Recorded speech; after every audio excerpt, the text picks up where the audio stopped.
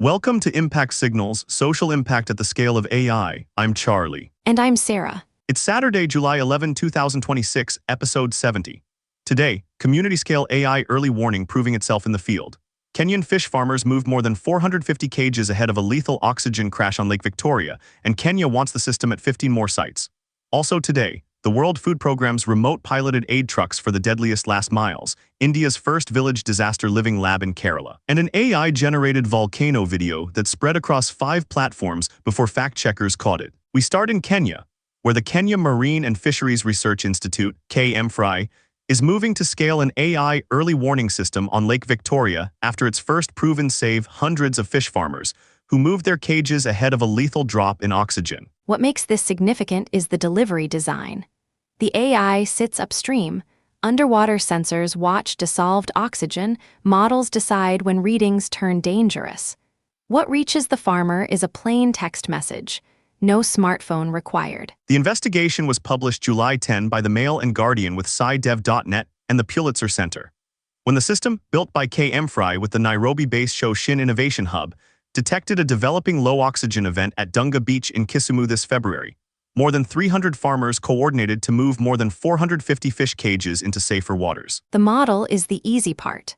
The hard part is coordination on the water, hundreds of independent farmers acting on one message in time. And the record since is the evidence. No reported mass fish deaths at Dunga Beach since that alert. That track record is the pitch. KMFRI has identified 15 high-risk locations for expansion and is looking for partners to deploy there. For food security and livelihoods practitioners around African lakes and coastal aquaculture, the design is directly replicable. Cheap in situ sensors, AI inference upstream, plain text downstream, on the channel people already use. The 15-site expansion list is a live opening for partners and funders to plug in now. That's the design principle worth copying. Moving to China, where cities ran live AI disaster systems through a genuinely dangerous week. Global Times reports that in Hefei, Anhui Province, roughly 85,000 front-end sensors monitor 7,316 kilometers of underground pipelines and 135 bridges, feeding a digital twin urban lifeline model that processes more than 10 billion data points a day. What makes this significant is the timescale architecture.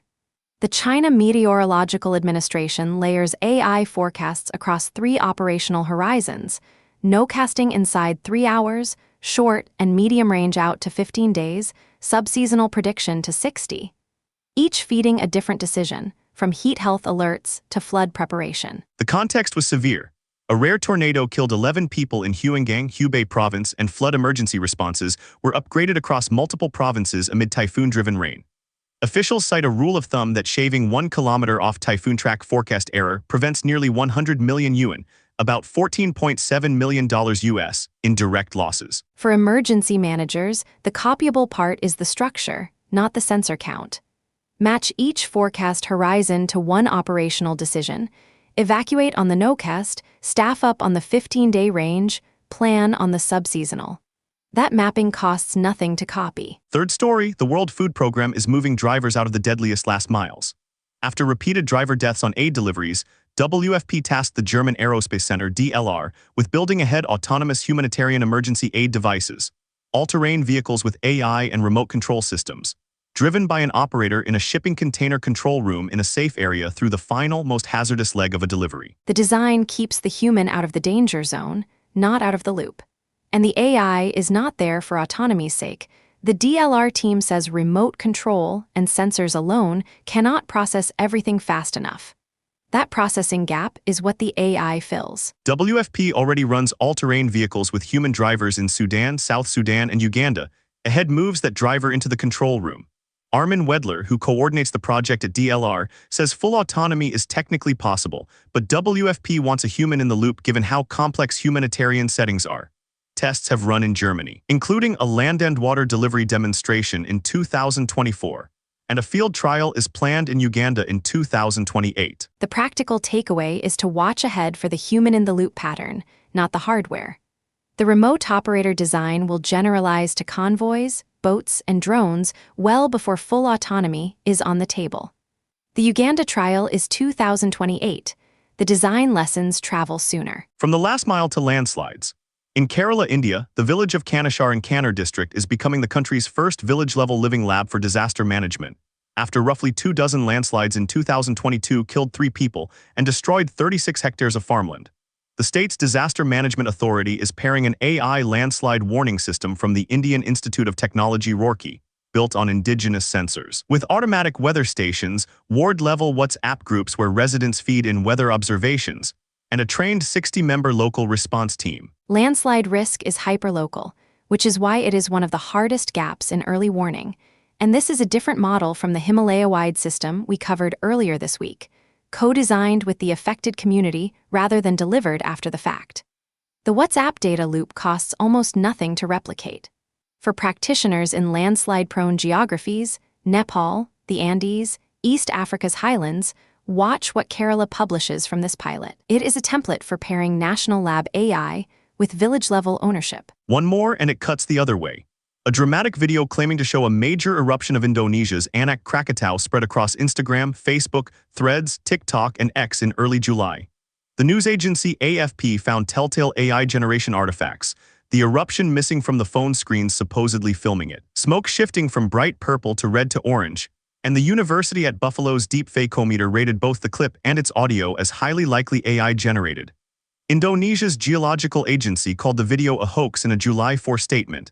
The volcano actually logged 2 minor eruptions, on July 2 and July 3. Synthetic disaster footage is now good enough to trigger real evacuations, panic, or misdirected response resources. For practitioners running crisis communications, the cheapest safeguard is a standing playbook. Monitor viral disaster content about your geography, preposition rebuttal channels with the National Geological or Meteorological Agency, and learn the free detection tools. Deep fakeometer is one. The same AI carrying today's early warnings is now the fastest source of disaster misinformation. On the disaster watch, the International Alert System GDAX has 4 active events. Tropical cyclone Bavi-26 in the Northwest Pacific holds a red alert, maximum winds of 287 kilometers per hour, with Guam and the Northern Mariana Islands in its track. Forest fires in France and Portugal both carry orange alerts burning since early July. Madagascar's drought has been tracked since April. GDAX estimates 35.3 million people exposed to Category 1 strength winds or higher along that cyclone track. That is the lead story's question at a different scale. The Lake Victoria alert worked because it reached farmers as one specific instruction on a channel they already had. For a cyclone path holding 35 million people, the warning only counts if it arrives the same way. Funding watch, 3 open calls with firm deadlines. The UN Climate Technology Center and Network, CTCN, is offering up to $150,000 US in technical assistance per project for climate adaptation innovation in the Asia-Pacific. Up to 10 projects. Deadline October 7. The Organizational Resilience Program is covering a management software suite worth $5,000 US per organization, with onboarding and 12 months of support for a first cohort of 500 registered African nonprofits. Deadline July 31. And the Brandtech Group AI for Good Scholarship funds a full place at the One Young World Summit in Cape Town this November for African nationals and residents aged 18 to 30 with a track record of AI solutions. Deadline August 2. 2 catches worth knowing. The CTCN call is open to organizations in developing countries with a national designated entity under the UN Climate Convention's technology mechanism. If you have never engaged that office, start there, and least developed countries and small island states are explicitly encouraged. And July 31 is the tight one, 20 days out, aimed at nonprofits with annual budgets between $10,000 and $1 million US that currently lack management infrastructure. That budget band is the fit test. The through line today, community-scale AI early warning proved itself on 3 continents. Fish cages moved on Lake Victoria, a landslide living lab in Kerala, remote piloted aid trucks for the last mile, and the same technology is now generating the false alarms fact-checkers have to chase. Every working system in today's briefing shares the same loop. Cheap sensors, an AI layer that decides when a reading demands action, and delivery on a channel people already use.